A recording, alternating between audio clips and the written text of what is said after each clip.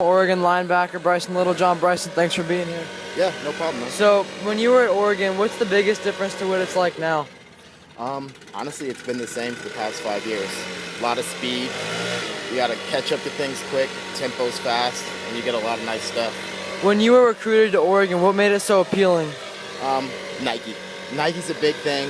The coaches are all people's coaches, players' coaches, and the facilities. Well, speaking of facilities, they just got a new building to be in. Is it anything like what you with the old Casanova Center? No, it's awesome, man. It's better than most of the NFL stadiums out there. It's extraordinary. When you went out for the BCS National Championship, even though you lost, did you learn any lessons that day about life? You did. You kind of have to keep your head up, man. Keep pushing through. It's not the end of the world. You know, you're blessed to be in that position because there's games you could have fell and not even gone. There's a lot of teams, a lot of players that have never even gone to a bowl game. So yeah, it just makes you stay blessed.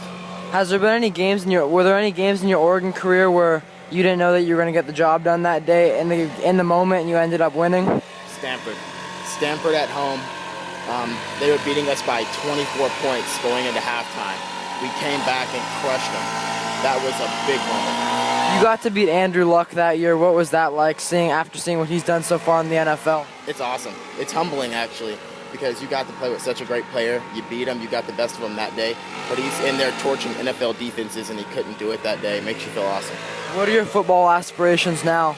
I'm still working. I'm going to play in the NFL Developmental League and try to make it to the next level. You've also played alongside DeWitt Stuckey. Did you guys form any sort of chemistry that Michael Clay and Kiko Alonso formed? Oh, yeah. DeWitt being my roommate, I've lived with DeWitt 4 years. Yeah, we had that chemistry, so it's either we look at each other and we can tell what each other wants us to do. So you form that bond being around somebody so often. You played for a great linebackers coach, Don Pelham, who's coached many greats, Reggie Jordan, Kiko, Michael. What was that like learning from a guy like him? It's awesome. He's more of a guy that gives you life lessons. He's not a guy that's going to teach you about just football.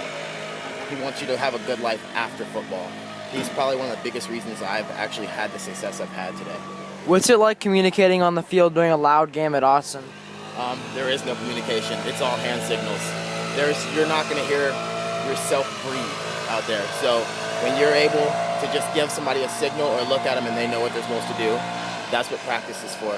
You saw defenses fake injuries against your offense, and so when you're on the defensive side of the ball, have you ever gotten that close to quitting, or do you think it's just an exaggeration by the defensive players?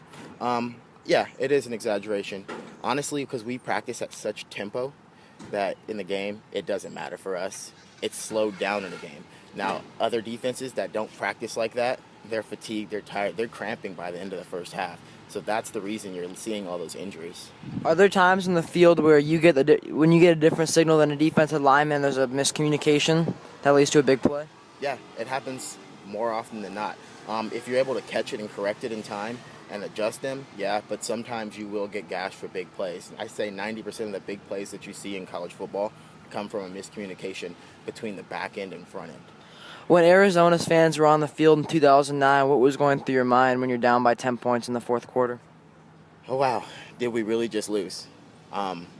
We went in confident. We knew they were a good team, but you expect to go into any team like that, and you just want to dominate. No one had been able to stop our offense, and you have that pit in your stomach. But you know that your offense can score at any time. You guys have such a prolific team. So you don't have too much of a worry. Yeah, and it wasn't like that was the last challenge of that season. Just 2 weeks later, you're playing Oregon State, and that you guys were down in that game too. Did you find any similarities that led you to make some adjustments in the Oregon State game? Well, we knew our biggest advantage was being at home. Being at home is big. They're going to make mistakes. Autzen makes teams make mistakes. So all we knew, we just needed to stick to our game plan, keep going, keep playing fast, because mistakes would happen, and they did. Your defense did a pretty decent job covering Terrell Pryor in the Rose Bowl, but what adjustments were you guys not able to make that led to their victory? We weren't able to contain Terrell Pryor. He kept getting outside. We just couldn't stop it. He made some plays with his legs, threw some downfield where broken coverage. So, I mean, looking back at it now, there's not much else we could have done. It's just he was a better athlete that day.